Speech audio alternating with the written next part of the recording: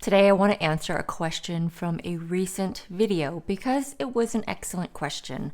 The subscriber asked what to do when the outer notes of a chord are black and the inner notes are white because the inner notes kept coming out too loud while the black outer keys weren't loud enough. So we're going to talk about navigating the black and white keys through hand shapes. But first, another subscriber told me I should ask you to like the videos because it helps YouTube know that they are valuable and is more likely to share them with new people.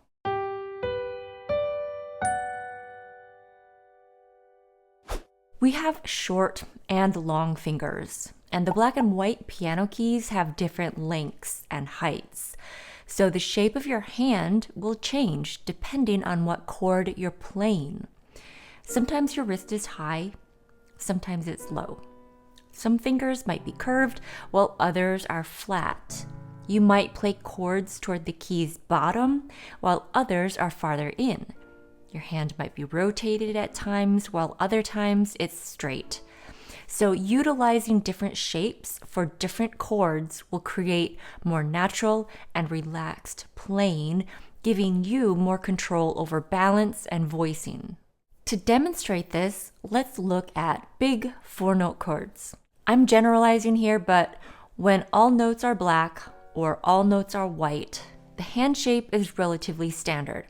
Depending on the size of your hand, there might be a slight rotation and flatter fingers, but mostly standard. The same goes for when the outer notes are white and the inner notes are black. Our middle fingers are the longest, so they can more easily reach out to a black key. But when our shortest fingers, the pinky and thumb, are on black keys, while the long fingers are on white keys, that means we're stretching our short fingers and scrunching up our long ones. And the black keys are higher as well. So those two things combined make it easy to feel off balance and play the inner notes too loud. Because the weight isn't evenly distributed throughout the whole hand. It's primarily centered in the middle of your hand by the long fingers. To feel an even weight distribution, play the octave A flats. Do you feel the weight distributed evenly throughout the whole hand rather than just in the center? Now play the octave again and lightly add those two inner notes without changing the weight distribution. And that should sound more balanced.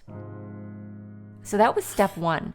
Step 2 is playing the whole chord at the same time while maintaining this even balance of weight. So play the octave again and then lightly add the inner notes just like before. Do that a few times and then shorten the time between the octave and the inner notes so it feels a little faster. You must be able to maintain an even weight distribution over your hand. If you can't at a faster speed, this is your limit for today and come back to it tomorrow. But once you're ready, play the octave again, followed by the light inner notes, and repeat that. Then go faster and repeat.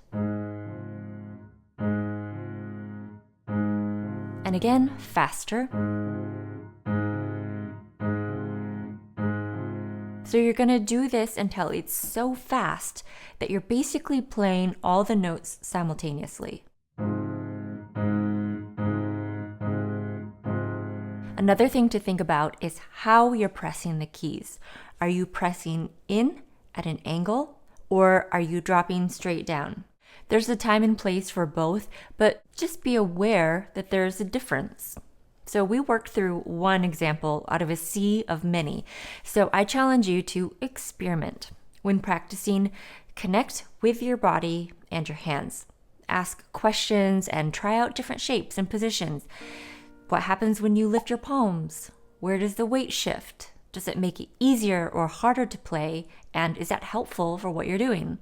What happens if you rotate or feel more weight toward your pinky? Are you staying relaxed? Experimentation is what gives us those great aha moments. If we only apply these tips that we learn to, 5 minutes of technique practice per day, it won't help. You've got to take what you learn from your technique and transfer it over to your current pieces. You have to apply what you learn. There's so much good information out there for free, but you're the one who has to connect the dots and see how it can work for you with your current pieces. So happy practicing, and I hope that helps.